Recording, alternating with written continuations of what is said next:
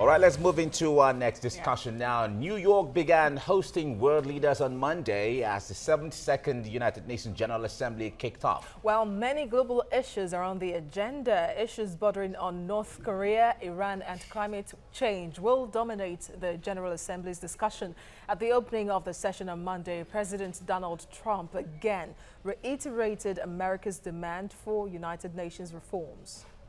In recent years, the United Nations has not reached its full potential because of bureaucracy and mismanagement. While the United Nations on a regular budget has increased by 140% and its staff has more than doubled since 2000, we are not seeing the results in line with this investment. But I know that under the Secretary General, that's changing, and it's changing fast, and we've seen it. That's why we commend the Secretary General and his call for the United Nations to focus more on people and less on bureaucracy. And according to the Secretary General of the UN, he is even more committed to taking care of the red tapeism and has been largely criticized about the organization. We asked what keeps me up at night. And my answer was simple: bureaucracy. Fragmented structures, Byzantine procedures, and endless red tape. Well, TVC News senior researcher Cyril Abaku joins us now to talk about some of the issues to be discussed at the 72nd UN General Assembly. Good morning to you, Cyril. Thank you, Aziza. Yes, Morning, Cyril. Morning. Thank you, It seems that President Donald Trump will be the bull in the China shop at the moment at the current General Assembly ongoing in New York. Of course, he has to be. If you look at the trend, this year, the UN chose a very vague topic. Because, you know, I mean, over the years, you hear them talk about sustainable development goals, they could raise gender, they could raise, but this year, they've made the topic so broad, you know, so that they can give room for some of these things that could come up. I think fundamentally, the agenda has already been set. One, Donald Trump himself. And then two, his call for reforms. I think the UN is the agenda of the UN Assembly this year. That's what we are seeing.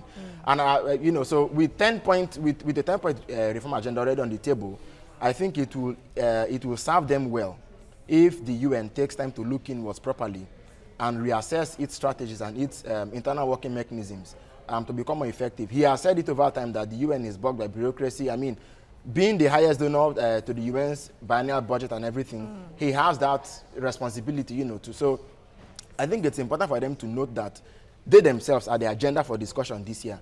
All other discussions about climate, about health, about the environment, about the issues of the United Nations peacekeepers, abusing people, maybe, you know, sexually, issues of gender and so on, even sustainable development goals, may come up on the sidelines. But I think the focus is the UN itself. And the important thing is that this is Donald Trump's first visit to the UN. So also for his counterpart in France, Emmanuel Macron.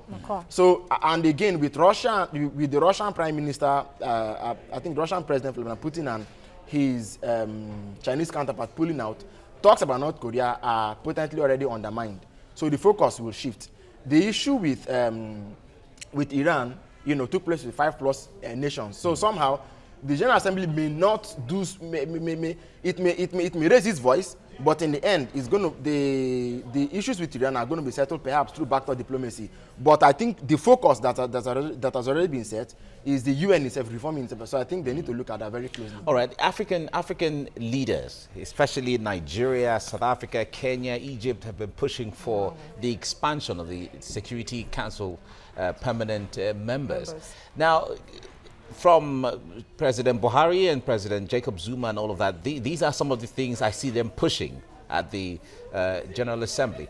And with the body language of President Trump talking about reforms and all of that, do you see the possibility of infusing something like that in? The reforms he's talking about, number one, he's talking about bureaucracy. Number two, he's talking about, he's talking about, you know, issues of processes, how things get done, protection for whistleblowers and all of that. He is just talking about administrative issues and giving the UN stronger face in global affairs, you know. So that's important. But if Africa wants a seat on the United Nations Security Council, it should earn it. Indeed. You have to earn it. I mean, it's enough that they give us the honorary member. How much do we contribute? That's one. And then again, importantly, something has to give. It comes at a cost. It comes at a price. But I would say that when it comes to earning it certainly must not necessarily be that. You know, that's the problem with the issue of democracy. When we define democracy in the terms of the West, because every country has its own way of. So if you're talking about democracy, you can define it to fit into your own peculiar or unique situation. So when you talk about the issue of earning it, are you talking about the earning it on the ground where Rwanda or maybe Malawi or maybe Nigeria need to have nuclear weapons like Britain and all of that? Because the point there is that everybody has its own area of jurisdiction and area of strength. Well, but you see, there's an established order in the world. In the post-Cold War order, you know, we moved into unipolar power structure. The U.S. literally has its might and its way. That one. Now, if you look at the past 10 years, the powerful nations in the world, China, Russia, the U.S., and so on, the discussions have been about how they are going to balance power and how they are going to impose themselves, you know, over one another. Policy towards Africa has not been very strong. Even in Obama's time, people were saying initially that, okay, since an African American had become president, he was going to have a robust policy towards Africa. Exactly. But he didn't come to South Africa, he came to South America. So if we want to earn a seat, we're going to have to do some more work than going to the United Nations General Assembly and asking to be, you know, to be admitted. The Security Council has enormous powers. Okay, it is almost like an undemocratic institution in a democratic ocean. When the General Assembly makes resolutions, the Council has the right. You know, I mean, and we've seen it happen many times to override. You can veto power. Yes, you know, they can veto. Because, you know, power has to. So, I mean, if Africa wants to join that class, it has much more to prove than just making appeals. Yes, that's what I think. Okay, Siri, because of time, I just want to quickly ask you what President Muhammadu Buhari should be saying to the Assembly now that he has the opportunity. What should he be saying, especially for Nigeria? What kind of help should he be seeking? Well, I think he needs to make a very strong case for the environment. I was reading one of the opinions of one of the experts on this UN issue, and you know, they were talking about the floods in Nigeria. There's a flood alert that has gone out, you know, concerning several states, and then we saw what happened in Benue. So I think environmental issues have to be very strong on his agenda there. And then again, implementation of the.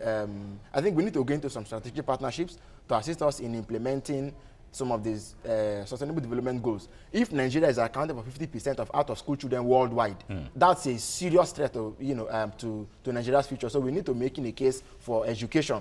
I think, I mean, if we can secure substantive momentum in those two areas, we can build on that and, you know, then go forward from there. All right, so much to look forward to and so much to talk about, I must say. Cyril Abaku, Senior Researcher, TVC, thank you very much for coming. My pleasure. Thank you. Thank you. Right.